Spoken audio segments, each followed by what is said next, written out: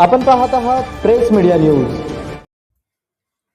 73 कोटींच्या भूसंपादन घोटाळ्यात बीडचे तत्कालीन जिल्हाधिकारी अविनाश पाठक यांना अटक। बीड जिल्ह्यातील राष्ट्रीय महामार्ग भूसंपादन प्रकरणात मोठा घोटाळा उघडकीस आला असून तत्कालीन जिल्हाधिकारी अविनाश पाठक यांना अटक करण्यात आल्याने प्रशासनामध्ये मोठी खळबळ उडाली आहे।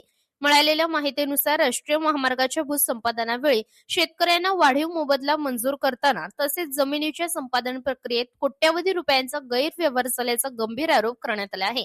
तपासात धक्कादायक बाब समोर आली असून अविनाश पाठक यांच्या बदलीनंतरही मागील तारखांचे बनावट आदेश तयार करण्यात आल्याचे उघड झाले आहे। या बनावट आदेशांच्या माध्यमातून तब्बल 154 प्रकरणांमध्ये 241.62 कोटी रुपयांचा वाढीव मोबदला मंजूर करण्यात आल्याचा आरोप आहे।